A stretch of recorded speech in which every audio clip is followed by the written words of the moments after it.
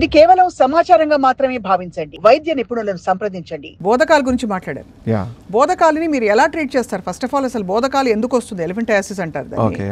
అది ఏదో కుట్టి వస్తుందంటారు రకరకాలు, కానీ జీవితకాలం ఉండిపోవడం ఏంటి అర్థం కాని పరిస్థితి. ఇంత మెడికల్ అడ్వాన్స్మెంట్ లో బోధకాలకి ఎందుకు చికిత్స ఇంతవరకు? ఓకే, ఒకటి ఇప్పుడు మనం బోధకాలు అని మాట్లాడుకుంటే చాలా మంది జనాలు తెలిసి ఏంటంటే ఎలిఫెంటియాసిస్ మీరు అన్నట్టు దోమ కొట్టడం వల్ల వస్తుంది అని. ఒక రకమైన దోమ కొట్టడం వల్ల మనకి ఆ లింఫాటిక్స్ అంటాం. ఇప్పుడు ఎలా అయితే రక్తనాళాలు కింద నుంచి పైకి తీసుకెళ్ళే రక్తనాళాలు వెయిన్స్ అంటాం కదా, అదే రకంగా మనకు అందరికీ బాడీలో చేతి నుంచి చెడు పదార్థాలు కానీ బై ప్రొడక్ట్స్ కానీ మన సెల్లో అయ్యే మెటబాలిజం వల్ల తీసుకెళ్లే బై ప్రొడక్ట్స్ కానీ ఎండ్ ప్రొడక్ట్స్ కానీ చెడు పదార్థాలు తీసుకెళ్లే తీగలు ఇంకోటి ఉంటాయి, దాన్ని లింఫాటిక్ ఛానల్స్ అంటాం. మన బాడీలో ఎలా అయితే రక్తనాళాలు ఉంటాయో లింఫాటిక్ ఛానల్స్ అనేవి ఉంటాయి.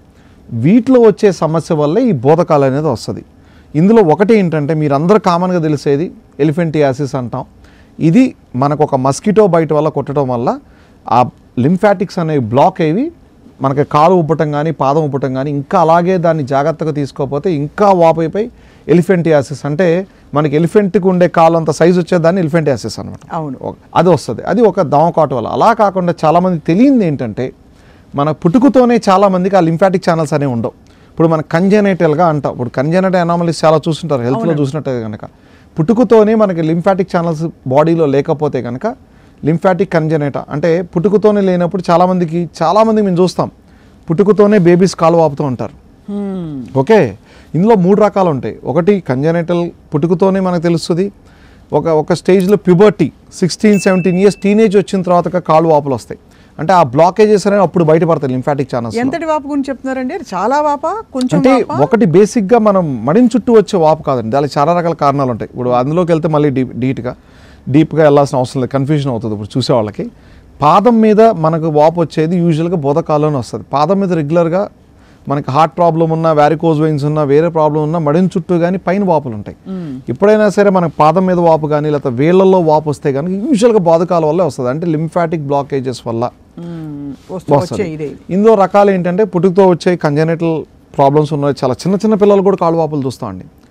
ఒక లింఫెడిమా కంజెనైటా అంటాం దీన్ని మనం. అంటే 2 కాళ్ళు వాస్తాయి. 2 కాళ్ళు వాస్తే ఒకసారి ఒక కాలు ఎక్కువ కనిపిస్తుంది ముందుగా, తర్వాత ఇంకొక కాలు తర్వాత వస్తుంది. ఇంకోటి లింఫెడిమా ప్యూబర్టీ అంటాం. అంటే ప్యూబర్టీ స్టేజ్లో వచ్చేది టీనేజెస్లో 16-17 ఇయర్స్ ప్యూబర్టీ అంటాం కదా, ఆ ఏజ్లో వచ్చే లింఫెడిమా ప్యూబర్టా అంటాం. అప్పుడు కూడా బోధకాలలాగా వస్తుంది. ఇంకోటి లింఫెడిమా టార్డా అంటే 35 ఇయర్స్ పైబడిన వాళ్ళలో మనం తరచుగా లేడీస్లో చూస్తాం ఇది, ఈ కంజెనైటల్ స్వెల్లింగ్స్ అనేవి. ఓకే, 35 ఇయర్స్ పైబడిన వాళ్ళు లింఫెడిమా టార్డా అంటాం బోధకాలు. వీళ్ళకి కూడా రెగ్యులర్గా చూస్తాం. ఇంకా మీరు చూసినట్టయితే కనుక సెకండరీ లింఫెడిమా ఏదైతే దోమ కొట్టడం వల్ల వస్తుందో, లేదా రిపీటెడ్గా మన కాళ్ళకి సెల్యులైటిస్ ఇన్ఫెక్షన్ వల్ల వచ్చి, లేకపోతే సర్జరీ వల్ల లింఫాటిక్ ఛానల్స్ డ్యామేజ్ అవడం వల్ల వస్తుందో, ఇవన్నీ సెకండరీ లింఫెడిమా. దోమకాటు కానీ ఇన్ఫెక్షన్స్ వల్ల కానీ సర్జరీ వల్ల కానీ వచ్చే బోధకాలు. దీనికి పర్మనెంట్ సొల్యూషన్ అంటే ఇప్పుడు నేను ఇందా చెప్పినట్టు ఇనీషియల్గా మనం గుర్తించగలిగితే దీనికి మనము కంప్రెషన్ అనేది వెరీ ఇంపార్టెంట్ దీనికి. ఇంకోటి స్కిన్ కేర్, స్కిన్ డ్రై కాకుండా చూసుకుంటే most of the times infections ఒక 50% మనం ప్రివెంట్ చేయగలం. ఇంకొకటి ఏంటంటే స్వెల్లింగ్, కాలు వాపు రాకుండా ఉండాలి అంటే దీనికి చాలా ప్రివెంటివ్ మెజర్స్ తీసుకోవాలి. డయూరిటిక్స్ ఇస్తారు. అది ఏంటంటే మనం ఏమీ చేయలేకపోతే కనుక మనం చేయాల్సింది ఏంటంటే కంప్రెషన్ డ్రెస్సింగ్స్ అంటాం. ఈధర్ క్లాస్ 3 కంప్రెషన్ స్టాకింగ్స్ వేసుకోవటం కానీ, లేదంటే కనుక కంప్రెషన్ బ్యాండేజెస్ వేసుకోవటం కానీ, ఇవన్నీ చేసుకుంటే కనుక కాలు వాపు రాదు. కాలు వాపు రాకుండా ఉంటే స్కిన్ స్ట్రెచ్ అవ్వదు. స్కిన్ స్ట్రెచ్ రాకుండా ఉంటే స్కిన్ క్రాక్ అవ్వదు, ఇన్ఫెక్షన్స్ రావు తరచుగా. మెయిన్ ఇన్ఫెక్షన్స్ ప్రివెంట్ చేయగలిగితే కనుక ఇనిషియల్ స్టేజెస్లో ఉన్న బోధకాలు ఫర్దర్గా మనం పెంచుకోకుండా ఉండగలం. సో ఇక్కడ ఒక మౌలిక ప్రశ్న సార్, మామూలుగా ఏమీ చేయకుండా వదిలేస్తే ఈ కాలు వాపు అనేది కేవలం ఈ స్కిన్ స్ట్రెచ్ అయ్యి దానివల్ల ఇన్ఫెక్షన్స్ వచ్చేసి జరిగిపోతాయి అనే ఒక బ్యాడ్ ఎఫెక్ట్ కాకుండా ఇంకేమన్నా ఇంటర్నల్ గా డ్యామేజెస్ జరుగుతాయా? ఏమి కాదండి. ఇప్పుడు మనము ఈ బోధకాలకు సంబంధించి మనం మాట్లాడుకున్నట్టయితే కనుక స్కిన్ కేరు, స్కిన్ మాయిశ్చరైజర్ రాసుకొని డ్రైనెస్ లేకుండా చూసుకొని, వేళ్ల మధ్యలో మనకు చాలామంది చూసినది బోధకాలు ఈ ఫుట్లో క్లబ్ టోస్ అంటాం, ఈ వేళ్ళు కూడా వాపు వచ్చేస్తాయి లింఫాటిక్ బ్లాకేజెస్ వల్ల. ఈ వేళ్ల మధ్యలో ఫంగల్ ఇన్ఫెక్షన్ వస్తుంది, దీనివల్ల కూడా రిపీటెడ్ ఇన్ఫెక్షన్స్. ఈ వేళ్ల మధ్యలో జాగ్రత్తగా చూసుకున్నట్టయితే కనుక కంప్రెషన్ ఇచ్చుకున్నట్టయితే మార్నింగ్ 6 నుంచి నైట్ 10 వరకు, మార్నింగ్ లేచిన కాడి నుంచి పడుకునేంత వరకు కాళ్ళ కంప్రెషన్ ఇచ్చుకోగలిగితే కనుక మనము ఈ బోధకాలని పెరగకుండా చూసుకోగలం, ఇన్ఫెక్షన్స్ రాకుండా చూసుకోగలం.